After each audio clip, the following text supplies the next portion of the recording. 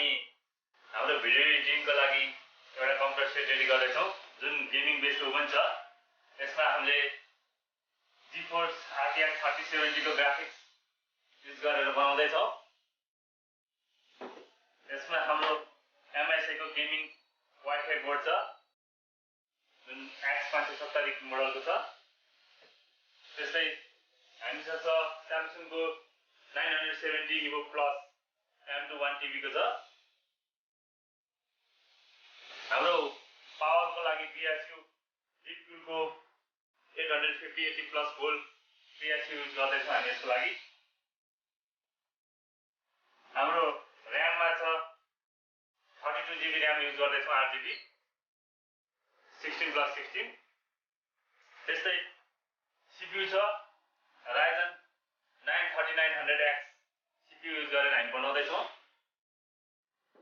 त्यस्तै हाम्रो केसिङ छ Deepcool को गेमिङ केसिङ छ। हामी अब यसलाई खोल्न गइरहेको छौँ।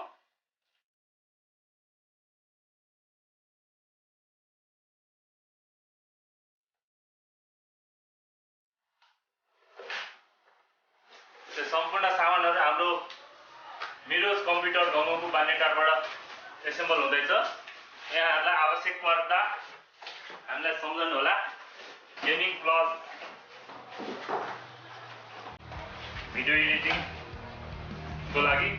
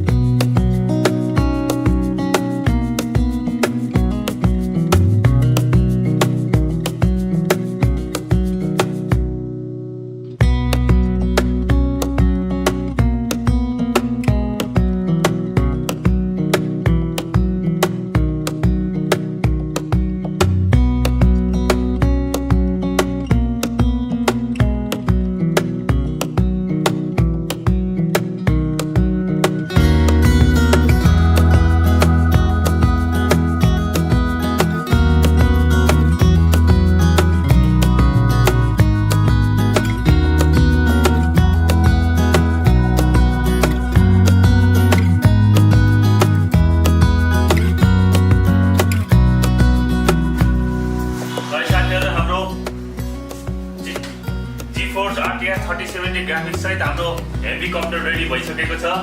अब हामीले यसलाई टेस्ट गर्न गइरहेका छौँ र हामी यसको अन्तिम चरणमा छौँ। अब प्याक गर्ने तिर लागिरहेका छौँ र यसमा सफ्टवेयर हाल्न मात्रै बाँकी छ। अब हामी यसलाई टेस्ट गर्न गइरहेका छौँ है साथीहरू।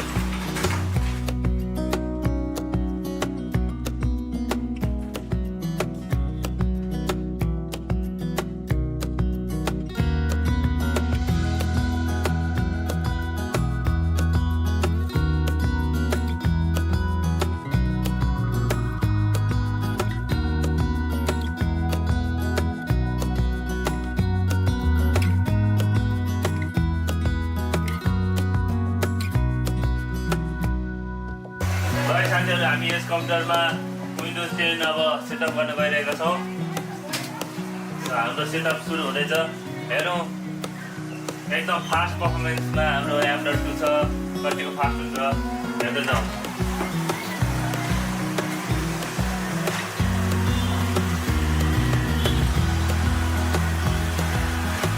ल साथीहरू अब हाम्रो आजको गेमिङ पिसीको पुरा अन्तिम सेटअप सकिएको छ र अब हामी यसलाई ओपन गर्न गइरहेका छौँ।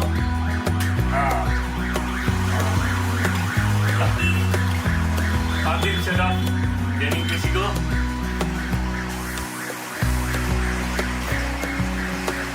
AMD Ryzen 9 3900X with 3070 graphics, 32GB RAM र यसमा 128 को Samsung Evo Pro 1TB को हार्ड डिस्क सहित सेटअप रेडी भएको छ र अब यो चलाउन योग्य भएको छ। विन्डोज 10 सेटअप भएको छ यसमा। हामी देख्न सक्छौँ यस कम्प्युटर पूर्ण रूपमा तयारी भएर यसको केसिङ छ डिपकुलको 4वटा RGB फ्यान सहितको कुलिङ CPU रहेको छ। यो 3070 ग्राफिक्समा 3वटा फ्यान रहेको छ भने CPU कुलर एउटा रहेको छ।